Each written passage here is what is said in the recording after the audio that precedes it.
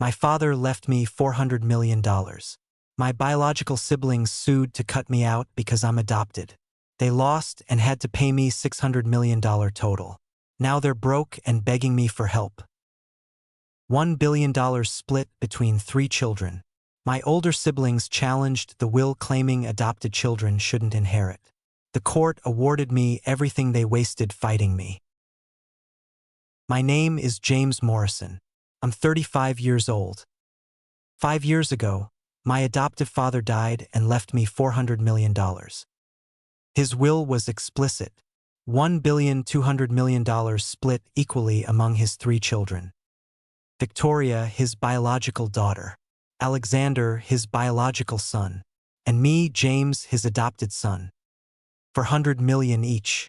Clear, fair, equal. My siblings immediately contested the will. Hired a team of elite lawyers. Spent 3 years arguing that I shouldn't inherit. Not because I didn't deserve it, but because I'm adopted. Adopted children don't have the same rights as biological heirs, their lawyers argued. James manipulated our elderly father. He's not real family. He doesn't deserve Morrison family money. They lost. Completely. The court not only upheld my $400 million inheritance, but ordered them to pay my legal fees, $180 million, plus $20 million in sanctions for bringing a frivolous lawsuit. So I ended up with $600 million total. They each ended up with $300 million after paying me. They immediately blew through their money. Mansions, yachts, failed investments, luxury everything. Within 5 years, they were broke. Completely broke. Victoria now works at Starbucks, making lattes for $9 an hour. Alexander works at McDonald's, flipping burgers for minimum wage.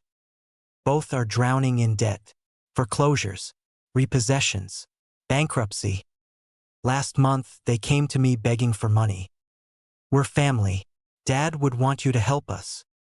My response: you spent 3 years and millions of dollars arguing I'm not family. You were right. I'm not your family. This is the story of being adopted into wealth, fighting for your legal rights, and watching your siblings destroy themselves with their own greed. I was adopted when I was 8 years old. My biological parents died in a car accident. No other family. I went into foster care. 6 months later, Richard Morrison and his wife Catherine came to the agency. They already had 2 biological children. Victoria was 13. Alexander was 11. But they wanted to adopt, to give a child a home, family, a chance. They chose me. I remember the day clearly. Richard knelt down to my level. James, we'd like you to be part of our family. Would you like that? I was 8, scared, hopeful. Would I have a mom and dad? You'd have parents who love you, a brother, a sister, a home, everything a family should be. Okay. Richard smiled. Okay. I moved into their Park Avenue penthouse the next week. It was overwhelming. The wealth, the space, the luxury. But Richard and Catherine made sure I felt like I belonged. This is your home now, James.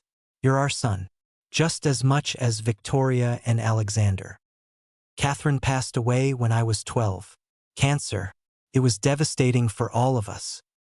But Richard never changed his treatment of us. We were all his children, equally. He was a tech billionaire, founded a software company in the 80s, sold it for hundreds of millions, invested wisely, built a fortune. By the time I was in high school, he was worth over $1 billion. But he wasn't flashy about it. He was practical, grounded. Money is a tool, he'd say. Use it to build something, to help people, not to show off. He raised us with that philosophy. We all went to good schools, had opportunities, but we also had to work. Summer jobs, internships, building our own careers. Victoria went into fashion, started a boutique, failed within 2 years. Alexander went into finance, lost money in risky investments, quit after 5 years. I went into architecture, worked for a firm, eventually started my own practice. Richard was proud of all of us, but he was especially proud when we worked hard. Victoria and Alexander didn't work hard. Not really. They coasted on Dad's money, on his connections, on the family name. When their ventures failed, Dad bailed them out, set them up in new opportunities. They took it for granted. I tried to be independent, build my own success, make Dad proud by earning things. He noticed. James, you have a good head on your shoulders. You understand what matters. I learned it from you, Dad. You're a good son. I'm proud of you. Those words meant everything to me. Victoria and Alexander resented it. The praise, the attention. You're not even his real son, Victoria said once. You're adopted. He just feels guilty. Dad chose me. That makes me his son. Real family is blood. You'll never be a real Morrison. I didn't argue, but it hurt. Richard overheard once, confronted Victoria immediately. James is my son, just as much as you are. If I hear you say otherwise again, there will be consequences. But Dad. No buts. He's your brother. Treat him like it. She apologized, but I knew she didn't mean it. As we got older, the resentment grew. I was successful in my career. My architecture firm was thriving. Victoria's fashion ventures kept failing. Alexander's investments kept losing money. But Dad kept bailing them out, millions of dollars over the years. Meanwhile, I asked for nothing, built everything myself. Richard told me once when I was 30, I'm proud of you, James. You're the most like me, the most grounded, the most responsible. Thank you, Dad. I want you to know, my will splits everything equally, between the three of you, because you're all my children, all equal in my eyes. You don't have to tell me that. I want to, because I know Victoria and Alexander might make it difficult. But legally, you have every right. You're my son, in every way that matters. I love you, Dad. I love you too, son. That was one of our last real conversations. Dad died 2 years later. Heart attack. Sudden. Devastating. He was 68. Too young. But he'd lived well. The funeral was massive. Business partners, friends, employees, people whose lives he'd touched. Victoria and Alexander were there, grieving, but I noticed them talking to lawyers immediately after. The will reading was scheduled for a week later. Dad's estate lawyer, Martin Reynolds, gathered us in his office. Your father's estate is substantial, approximately $1.2 billion in assets, investments, and holdings. Victoria and Alexander leaned forward. His will is very clear. He splits the estate equally among his 3 children, Victoria Morrison, Alexander Morrison, and James Morrison, for $100 million each. I felt relief. Dad had kept his promise, treated us equally. Victoria and Alexander looked shocked, then angry. For $100 million to James? Alexander said, That's the same as us? That's correct, Martin said. But he's adopted. Your father was very clear. James is his son. He inherits equally. Victoria stood up. This isn't right. James isn't real family. He's adopted. He shouldn't get the same as biological children. Ms. Morrison, legally, adopted children have the same rights as biological children. We're going to contest this. On what grounds? Undue influence. James manipulated our father, convinced him to include him in the will equally. Your father's will was written 10 years ago. James was 25 at the time, and your father was of sound mind. Multiple doctors can attest to that. We're still contesting it. Martin looked at me. James, You may want to get your own lawyer. I nodded, already feeling the betrayal sinking in. My siblings were going to fight me over Dad's money. Because I'm adopted. They hired Whitman and Associates, one of the most expensive law firms in New York. Elite estate litigation attorneys, known for winning complex inheritance cases. They filed a formal contest within days. Their argument: adopted children should not have the same inheritance rights as biological children. That Richard Morrison was unduly influenced by James in his later years. That the equal split was not reflective of Richard's true intentions. It was all bullshit, but they pursued it aggressively. I hired my own team, Sterling and Cole, also elite, also expensive. The legal battle began. Discovery, depositions, expert witnesses. They painted me as manipulative, a gold digger, someone who befriended an old man for his money. My lawyers presented the truth. I was adopted at 8, raised as a son, treated equally my entire life. They brought in psychiatrists to claim Dad had been experiencing cognitive decline. We brought in his doctors who confirmed he was sharp until the day he died. They argued adoptive relationships aren't the same as biological ones. We argued that's literally discrimination under law. The case became public. Headlines everywhere. Morrison heirs battle over billion-dollar estate. Adopted son fights biological siblings for inheritance. Does adoption equal real family? It was humiliating. My relationship with my dad dissected in court, in media, in public opinion. Some people sided with Victoria and Alexander. Blood is thicker than water. Real family should inherit. Others sided with me. He's legally their brother. Adoption is real family. The case dragged on for 3 years. 3 years of depositions, court appearances, legal fees mounting. My lawyers estimated I was spending about $60 million a year on the case. Victoria and Alexander were spending even more, $70–80 million a year. All of it coming from Dad's estate, from money we should have been enjoying. Instead, we were destroying it fighting each other. Finally, the case went to trial. My legal team presented a clear argument. Adopted children have the same legal rights as biological children under New York law. Richard Morrison explicitly stated in his will that James was his son and should inherit equally. There was no evidence of undue influence, no evidence of cognitive decline. The will was valid. The distribution was clear. Their team argued tradition, family bloodlines, intent beyond the written word. It didn't matter. The judge ruled in my favor, completely. The law is explicit. Adopted children have full inheritance rights equal to biological children. Mr. Morrison's will clearly states his intention to treat all 3 children equally. There is no ambiguity. The will stands as written. I won. But it wasn't over. The judge continued.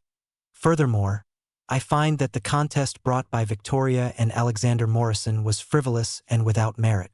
It appears to have been motivated by discrimination against Mr. James Morrison's adoptive status. Therefore, I am ordering Victoria and Alexander Morrison to pay James Morrison's legal fees in full. Additionally, I am imposing sanctions of $20 million for bringing a baseless claim that wasted judicial resources. My lawyer whispered to me, "That's about $200 million total they'll have to pay you." The final accounting. My inheritance, $400 million. My legal fees paid by them, $180 million. Sanctions, $20 million. Total to me, $600 million. Their inheritance each, $400 million. Minus what they paid me, $100 million each.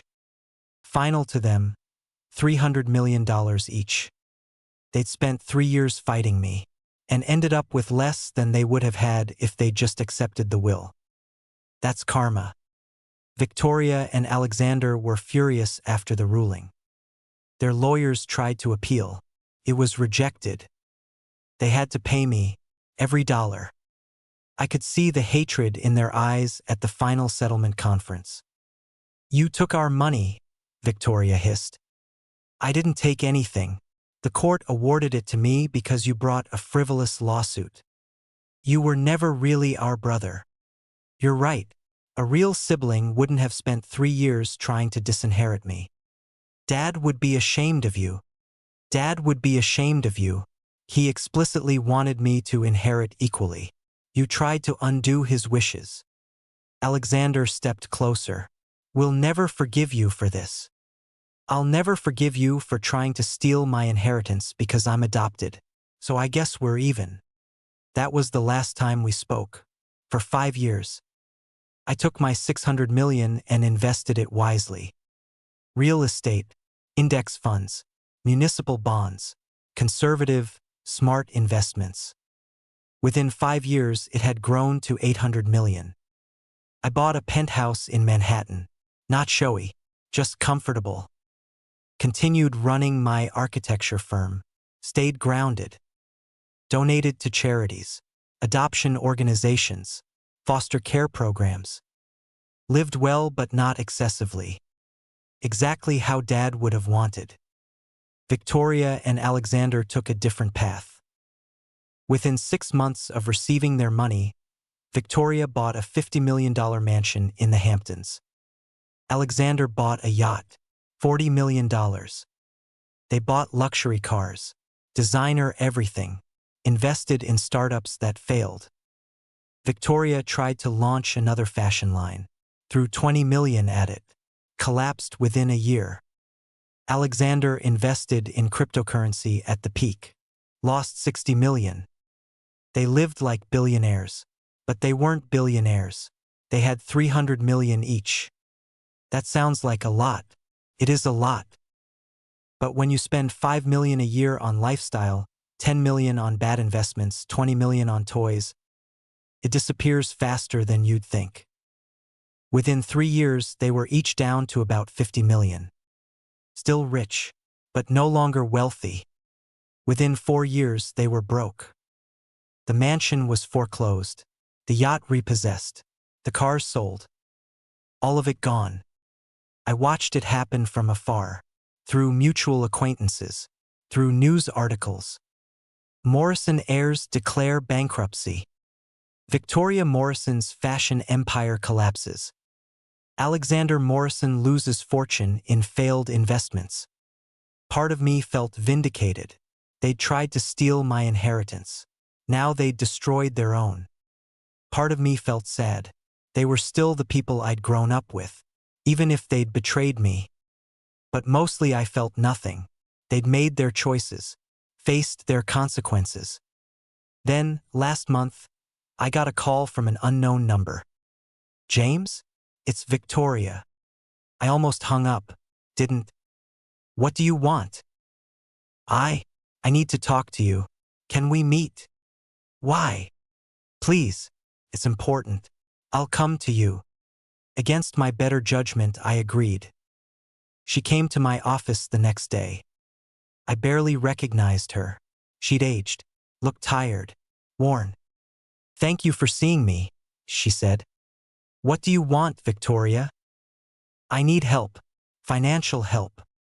I laughed. "Couldn't help it." "You're kidding." "I'm not. I'm broke, James. Completely broke. I'm working at Starbucks making minimum wage. I have debt collectors calling me every day. I'm about to be evicted from my apartment." "What happened to your $300 million?" "I made bad choices, invested poorly, spent too much. It's gone. All of it. All of it. That's unfortunate." "James, I'm asking for help, as your sister." "I'm not your sister. Remember? Adopted children aren't real family. You spent 3 years and millions of dollars making that argument in court." "I was wrong. I know I was wrong. Now you know, after you've squandered your inheritance. Please, I'm desperate. I just need help getting back on my feet. A loan. Something." "No. No, no. You tried to steal my inheritance. You called me a manipulator. You said I wasn't real family. Now that you're broke, suddenly I'm family again? No, you don't get to use me when it's convenient. Dad would want you to help me. Dad wanted you to have $300 million. You had it. You wasted it. That's on you. I'm working at Starbucks, James. Do you know how humiliating that is? I know how humiliating it was to sit in court for 3 years while you argued I didn't deserve Dad's money because I'm adopted. She started crying. I'm sorry. I'm so sorry. I was stupid and greedy and wrong. Please, I'm begging you. The answer is no. Leave my office. James. Leave, now, or I'll call security. She left, sobbing. 2 days later, Alexander called. Same story. Broke. Working at McDonald's. Drowning in debt. I need your help, man. Brother to brother. We're not brothers. You made that very clear in court. I was an idiot. I'm sorry, but I'm desperate. You had $300 million, Alexander.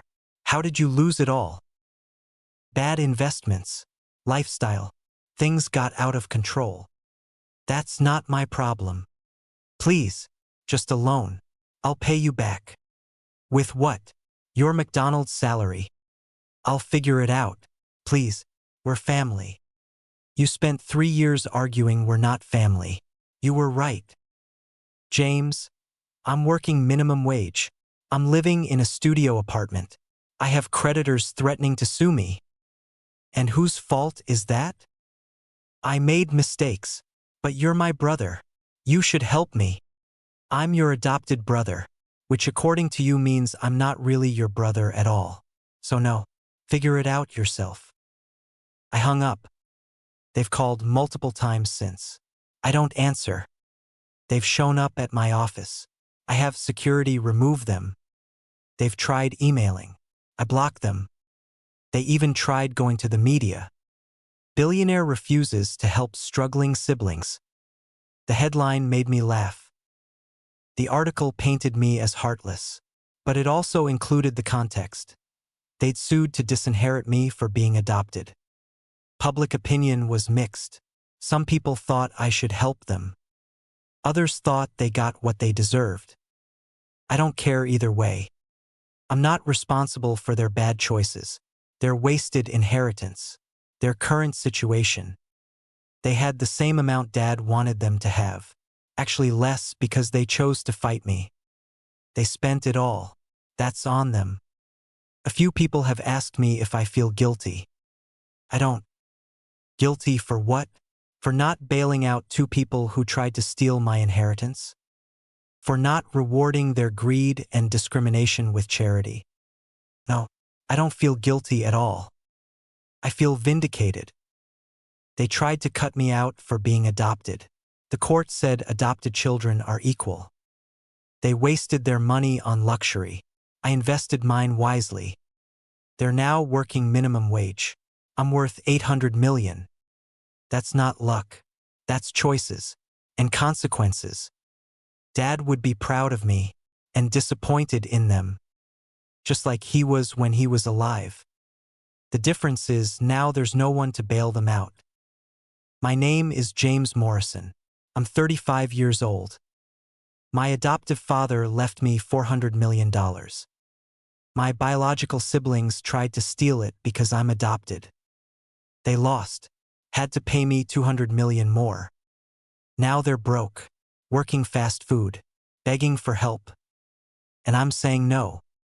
Because family isn't about blood. It's about loyalty. And they proved they have none. Have you ever been discriminated against for being adopted? Have you ever had family try to steal from you? Have you ever been asked to help people who betrayed you?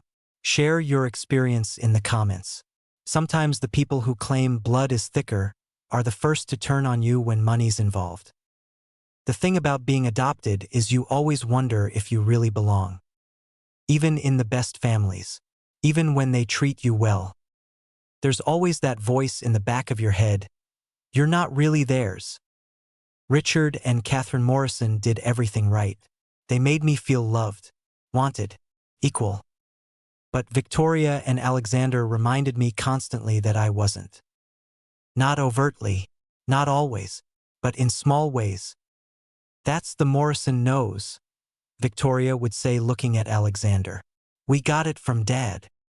Implying I didn't, because I'm not genetically theirs. Remember when Dad took us to the Hamptons that summer? Alexander would say, before you came. Reminding me there was a time when it was just them. The real family. I learned to live with it, to build my identity around being chosen, not born into the family. Dad chose me, I'd tell myself. That means something. It did mean something. To me and to Richard. But to Victoria and Alexander, it meant I was an outsider who got lucky.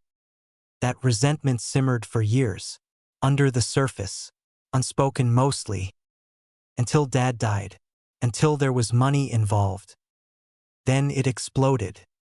The will contest wasn't just about money, though it was partly about money. It was about them finally saying out loud what they'd thought for years, you're not really one of us. And trying to make it legally true.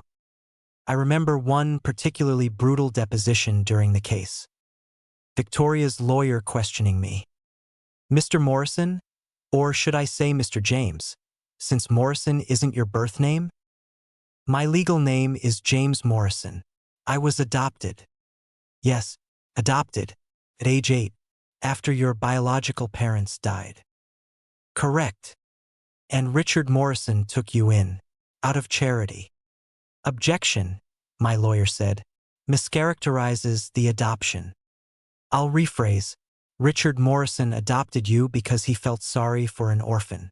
Correct. He adopted me because he wanted to give me a family. A family you weren't born into, that you have no blood connection to. Adoption is a legal family connection, but not a biological one. You share no DNA with Richard Morrison, or with Victoria and Alexander Morrison. That's correct. I don't. So when Richard Morrison's will says, my 3 children, doesn't it make sense that he meant his biological children? Not a child he took in out of pity. My lawyer objected again, but the damage was done. That's how they saw me. A charity case. Someone Richard felt sorry for. Not a son. Not family. Project.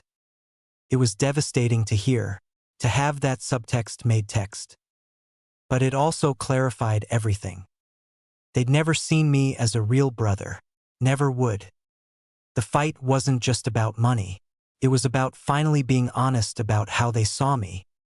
And the court rejected their view completely. The judge's ruling was scathing. Adoption is not charity. It is a legal creation of a parent-child relationship with all attendant rights and responsibilities. Adopted children are not second-class family members. They are full legal heirs with identical inheritance rights to biological children. The argument presented by Victoria and Alexander Morrison is not only legally baseless, it is morally repugnant. Their father explicitly stated his intention to treat all 3 children equally. To suggest that his adopted son should inherit less is discriminatory and contrary to law.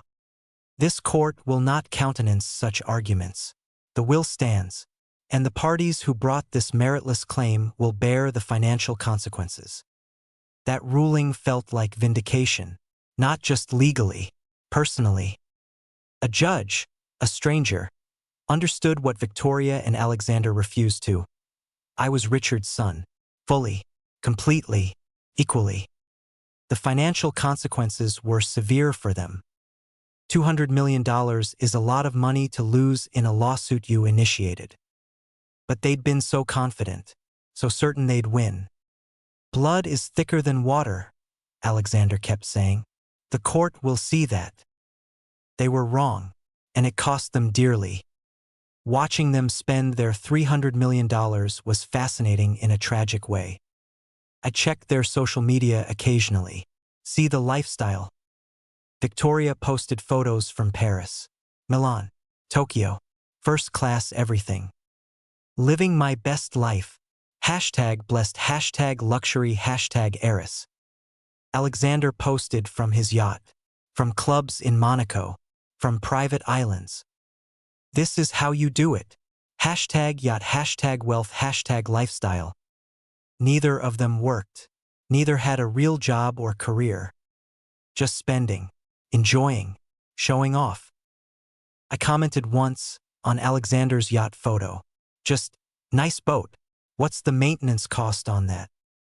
He deleted my comment and blocked me because he didn't want to think about costs, only about showing off. That's how you lose $300 million in 5 years. My financial advisor told me something early on. James, you have $600 million. That's generational wealth if you're smart, but it can disappear fast if you're reckless. What's the key to keeping it? Live below your means. Invest conservatively. Don't try to impress people. Don't buy stupid stuff. I followed that advice. My penthouse cost $15 million. Expensive, yes, but not crazy for someone worth $600 million. And it's appreciated, worth $22 million now. I drive a Tesla, nice car, but not a $500,000 supercar. I travel, but commercial first class, not private jets everywhere. I live well, but not excessively. The result? My net worth grew from $600 million to $800 million in 5 years, while Victoria and Alexander's went from $300 million each to zero. Different choices, different outcomes. When Victoria first called me asking for help, I was genuinely shocked. $300 million should last a lifetime, multiple lifetimes if you're careful. How did you spend it all? I asked. The mansion was expensive, and the lifestyle, and I invested in my fashion line. How much did you invest in fashion? About $40 million total, over 3 years. And it failed. The market wasn't ready for my vision. Or your vision wasn't ready for the market. Don't be mean, James. I'm asking for help. I'm being honest. You spent $40 million on a vanity project that failed. That's on you. I also had expenses, maintaining the mansion, staff, travel. How much per year? I don't know. A few million. A few million in expenses every year, on top of failed investments. That's how you go broke. Will you help me or not? Not. She called me heartless, cruel, unbrotherly. But I'm not her safety net. I'm not responsible for her bad choices. She had the same opportunity one had. More, actually, since she started with her full $400 million. She chose to waste it. I chose to grow it. Those choices have consequences. Alexander's story was similar, but somehow worse. At least Victoria invested in something she was passionate about, even if it failed. Alexander just gambled and partied his money away. I put $60 million in Bitcoin at the peak, he admitted when I finally took his call. When was the peak? 2021. It was at $60,000 per coin. And now, it's worth about $8 million. So you lost $52 million on one investment? It was supposed to go higher. Everyone said so. Everyone was wrong, and you didn't diversify or have an exit strategy. I also invested in some startups, tech companies. How'd that go? They all folded. How much? About $30 million total. So $90 million in bad investments. And the rest went to living expenses. $210 million in living expenses over 5 years? That's $42 million a year. The yacht was expensive to maintain, and I had a staff, and travel, and entertainment. You spent $42 million a year on lifestyle? I was rich. I was supposed to enjoy it. You were. Now you're not. And you won't help your own brother? You spent 3 years arguing I'm not your real brother. Why would I help you now? He had no answer to that. The media coverage of their fall has been extensive. Morrison heirs. From billions to bankruptcy. How Victoria Morrison lost her fortune. Alexander Morrison. A cautionary tale of wealth mismanagement. Articles analyzing where the money went, how they spent it, what went wrong. Some of it was sympathetic. They were young and didn't know how to manage sudden wealth. They were 35 and 33 when they got the money. Not exactly children. Some of it was critical. Entitled heirs squander fortune on luxury lifestyle. That's more accurate. And some of it mentioned me. While his siblings went broke, James Morrison's wealth grew. People wondered why. The secret wasn't complicated. I worked. I invested wisely. I lived below my means. Not glamorous, but effective. My architecture firm has grown significantly in 5 years. We've done major projects, museums, office buildings, residential developments. I didn't need to work. With $600 million, I could have retired at 30. But Dad always said work gives you purpose, identity, meaning. He was right. I love what I do, love creating buildings, solving design problems, seeing my work in the world. The money just makes it easier, allows me to take projects I care about, not just projects that pay. That's what wealth should do, enable you to live meaningfully, not replace meaning with consumption. Victoria and Alexander never understood that. They thought wealth meant not working, meant consuming, meant showing off. They were miserable even when they had money, always anxious about status, about appearances. Now they're broke and even more miserable. Not because they're poor, but because they define themselves by money, and now it's gone. I feel sorry for them sometimes, in abstract. They're humans who made bad choices and are suffering consequences. That's sad. But then I remember the deposition, the arguments in court, the discrimination. Adopted children aren't real family. James manipulated our father. He doesn't deserve Morrison money. 3 years of that, millions spent on lawyers to make those arguments. And the sympathy evaporates. They made their choices, not just financially, but morally. They chose to betray me, to discriminate against me, to try to steal my inheritance. Now they're facing consequences, both financial and relational. I'm not obligated to save them from either. Uncle Robert, Dad's brother, reached out recently. James, I heard Victoria and Alexander came to you for help. They did. And you said no? I did. Good. They need to learn this lesson. You think I'm doing the right thing? Absolutely. They tried to destroy you in court, argued you weren't real family. Now they want family help? That's hypocrisy. Some people think I should help them anyway, be the bigger person. Being the bigger person doesn't mean being a doormat. It means having integrity, which you do. They don't. It's hard sometimes. They're still the people I grew up with. I know, but Richard would be proud of you for standing your ground, for not enabling their dysfunction. You think so? I know so. He told me once, near the end, that you were the only one of his kids who really understood what mattered. Work, responsibility, character. He said that. He did. He was proudest of you, James, even though you weren't his biological son, because you embodied his values. That conversation meant a lot to me. Validation from someone who knew Dad, who understood what he valued. I'm living the life Dad wanted for me, working hard, building things, using wealth wisely, while Victoria and Alexander are living the consequences Dad warned them about. Money without character is dangerous, he used to say. It amplifies who you are. If you're responsible, it helps you build. If you're reckless, it destroys you. They were reckless. It destroyed them. I was responsible. It helped me build. Exactly as Dad predicted. I've thought about what I'll do with my wealth long term. I don't have kids yet. Might someday. Might not. If I do, I'll raise them like Dad raised me. With values.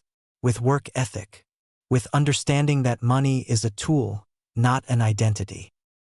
And I'll make sure my will is airtight, so no one can contest it, so my kids, biological or adopted, get what I intend. If I don't have kids, I'll donate it to adoption organizations, foster care programs, scholarships for adopted children. Causes that matter. That would have mattered to Dad. Either way, I won't let it sit idle. And I won't let it destroy me like it destroyed Victoria and Alexander.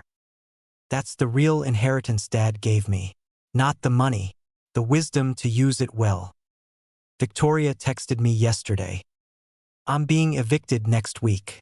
Please, I'm begging you, just enough for rent. I didn't respond. Alexander called from a blocked number. I answered accidentally. James, please, I need $5,000 for my car. They're going to repossess it. Get a bike. I can't bike to work. I work at McDonald's. Then take the bus. Please, I'm desperate. You should have thought about that before you squandered $300 million. I hung up. They'll keep trying, keep begging, keep playing the family card. But I'm done, completely done. They proved we're not family when they sued me. I'm just agreeing with them now. And living my life, without them, without guilt. With the wealth Dad intended me to have, and the wisdom to use it well. That's the real victory, not the money, the peace. My name is James Morrison. I'm 35 years old. My father loved me enough to adopt me, to treat me equally, to leave me $400 million. My siblings loved money enough to try to steal it, and lost everything in the process. Now they want my help, my money, my forgiveness. They can want. I'm not their brother. They made that clear in court. And I'm not their bank. I'm making that clear now. They chose greed over family, discrimination over loyalty, lawsuits over love. Those choices have consequences. And I'm not shielding them from those consequences. I'm letting them face them, learn from them, live with them. That's what Dad would want, what I want, what justice requires. So they can keep working their minimum wage jobs, keep struggling with their debts, keep regretting their choices, while I keep building my life, my career, my legacy, exactly as Dad intended. Without them, the most painful part of this whole experience wasn't the lawsuit itself. It was realizing that all those years growing up, I was always going to be the adopted one to them. Never just their brother, always their adopted brother, with that qualifier, that asterisk. I thought we'd grown closer as adults, thought the childhood tensions had faded. But they were always there, dormant, waiting for the right catalyst. And $1 billion inheritance was that catalyst. Money doesn't change people, it reveals them. Victoria and Alexander were always resentful of my place in the family. Money just gave them permission to act on it. To say publicly what they'd thought privately. You don't belong. You're not really one of us. That's what hurt. The confirmation that I'd been right to feel like an outsider all those years. Not paranoid, not overly sensitive, actually experiencing real exclusion. They just hid it better when Dad was alive. I've connected with other adopted adults since this happened. There's a whole community online, people sharing their experiences. And so many stories like mine, families that seem fine until there's an inheritance. Then suddenly the adopted child isn't real family. It's more common than people think. And it's devastating every time. Because you think you belong. You think you're loved equally. Then money enters the picture and you realize you're conditional, provisional, not really theirs. One woman I talked to, Sarah, had a similar experience. My parents had 3 biological kids, then adopted me from China when I was 2. They always said I was equally their daughter, until my dad died. Then my siblings argued I shouldn't inherit because I wasn't blood. What happened? I fought it in court, won, but lost my siblings in the process. We haven't spoken in 6 years. Do you regret fighting? Not for a second. They showed me who they are. I believe them. That's exactly how I feel. Victoria and Alexander showed me who they are. People who value blood over loyalty, money over morality, greed over family. I believe them, and I'm acting accordingly. Another aspect of this that surprised me, the public reaction. About 60% of people who've commented online support me. Adopted children are real children. He deserved his inheritance. His siblings are disgusting for discriminating against him.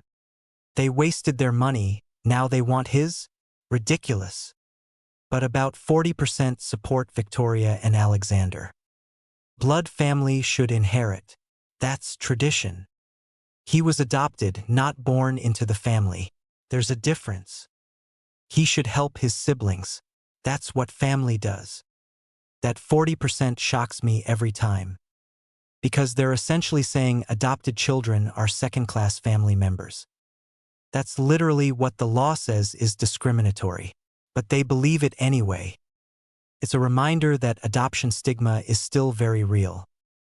That a lot of people still think real family is only biological. No matter what the law says, no matter what's ethical. Blood matters more to them than choice, than love, than legal bonds. That's sad and infuriating. But it also motivates me. I donate heavily to adoption organizations now, about $5 million a year. Funding legal aid for adoptive families, scholarships for adopted children, advocacy work. Trying to change the narrative, to normalize adoption as real family. Because kids like me deserve better than I got from Victoria and Alexander. They deserve families who see them as full members, not conditional, not provisional, full. That's what Dad gave me, what I'm trying to help other adoptive families provide. It's become a purpose, a mission, a way to turn pain into something positive. The lawsuit also taught me a lot about the legal system. Estate law is complicated, but the fundamentals are clear. Wills express the deceased's wishes. Courts enforce those wishes. You can't just decide you don't like the will and change it. That's not how it works. But people try all the time. My lawyer told me estate contests are increasingly common as baby boomers die and leave wealth to heirs. Families fight over everything: money, property, jewelry. I once saw siblings fight over a $500 lamp. Why? Because money makes people crazy. They convince themselves they deserve more, that the will is wrong, that they're owed something. Even when the will is clear? Especially then, clarity means they can't claim confusion. So they claim undue influence, cognitive decline, fraud, anything to override the explicit terms. And courts just allow these cases? Courts have to evaluate them, but frivolous cases get punished, like yours did. That punishment, $200 million, should serve as a deterrent. But I doubt it will. People who are greedy enough to sue their siblings aren't rational enough to learn from others' mistakes. They'll see Victoria and Alexander's failure and think, we'll do it better, we'll win. And they'll waste time and money on futile legal battles. Just like my siblings did. I've had other family members reach out over the years, distant relatives, cousins. Some to congratulate me on winning, some to criticize me for not helping Victoria and Alexander. One cousin, Michelle, was particularly vocal. Family is supposed to forgive. Your dad would want you to help them. Dad would want them to accept his will and use their money wisely. They did neither. But they're struggling. They're struggling because they made terrible choices. I'm not responsible for fixing that. You have $800 million. They have nothing. They had $300 million each. They wasted it. That's not my problem. How can you be so cold? How can you excuse them trying to disinherit me for being adopted? She didn't have an answer for that. Because there is no good answer. What they did was indefensible. But people want to believe family should always reconcile, always forgive, always help. Even when one party tried to destroy the other, even when forgiveness isn't earned.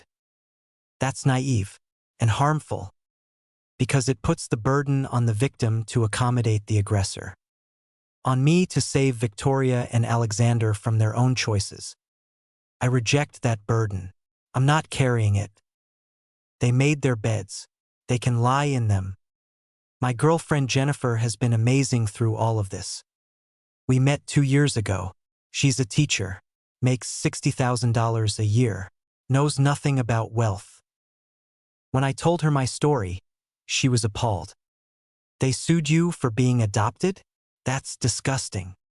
Yeah, took 3 years, but I won. And now they want your money? Yep.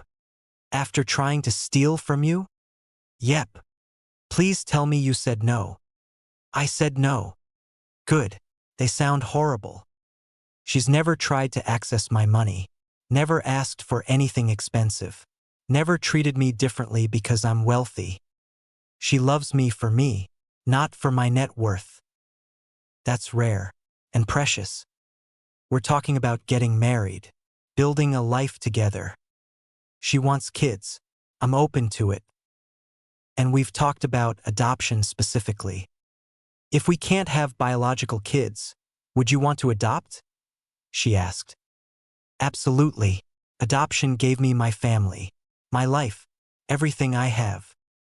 Would you treat an adopted child the same as a biological one? Exactly the same, the way my dad treated me. Good, because I would too. Knowing she understands that, values it, would embrace it. That means everything to me. It's a chance to create the family I deserved, without the resentment, without the discrimination. Just love, choice, commitment. That's what Dad gave me, what I want to give to my own kids someday. Whether they're biological or adopted won't matter. They'll be ours, fully, equally. The way it should be. I ran into Alexander once about 6 months ago. Completely by accident, at a coffee shop in Midtown. He was in his McDonald's uniform, looked exhausted. I was in a suit, coming from a client meeting. Our eyes met, both of us froze. He approached first. James. Alexander. How are you? I'm well. You? I'm managing. Awkward silence. I'm sorry, he said finally, for everything. The lawsuit, what we said, how we treated you. Okay. I know I don't deserve forgiveness, but I wanted you to know I regret it. Every day. Regret trying to steal my inheritance? Or regret losing? He flinched. Both, I guess. At least you're honest. I was stupid, greedy. Victoria and I both were. We let lawyers convince us we had a case. We believed what we wanted to believe. That adopted children aren't real family. Yes, and I was wrong. You were Dad's son, just as much as I was. He loved you, maybe more than he loved me by the end. He loved all of us, equally. That's why the will split things equally. I know, and I destroyed my share. While you grew yours, you were the better son. I was the son who listened to Dad's lessons. You could have too. But I didn't, and now I'm working minimum wage and drowning in debt. And you want me to help you? I want a lot of things, but I know I don't deserve help. I just wanted to say I'm sorry, and that I know I was wrong. It was the most genuine Alexander had ever been with me. For a moment I considered it, helping him. But then I remembered the depositions, the arguments in court, the cruelty. I appreciate the apology, I said, but I'm not giving you money. I understand. Maybe this is the lesson you need. Hitting bottom, starting over, learning what Dad tried to teach you. Maybe. Good luck, Alexander. I left. Haven't seen him since. Part of me felt bad. He looked broken, defeated.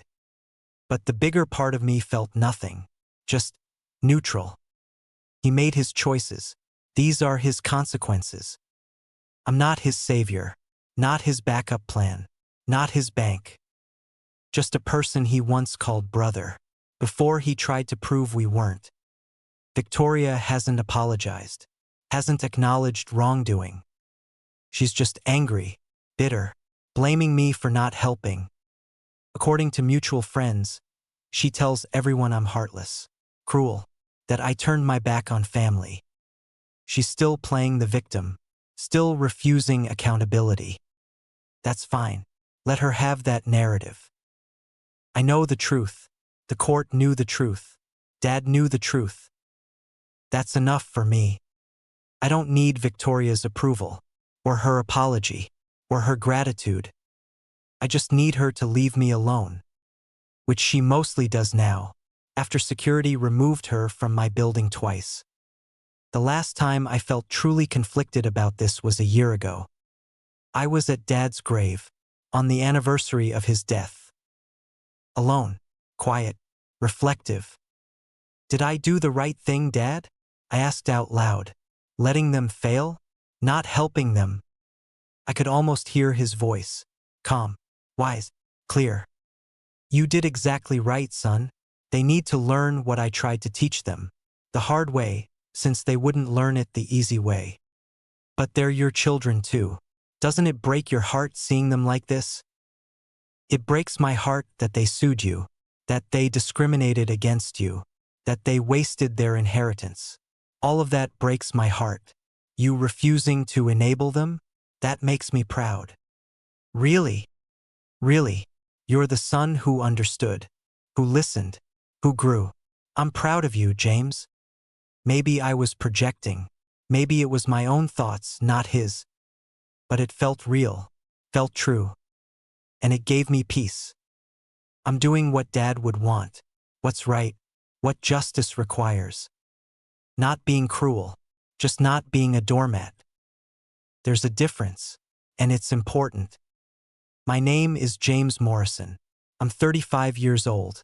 I'm worth $800 million. I'm successful, happy, peace. I have a career I love, a girlfriend I adore, a future I'm excited about. All of it built on the foundation Dad gave me. Not just money, values. Work hard. Use money wisely. Stand up for yourself.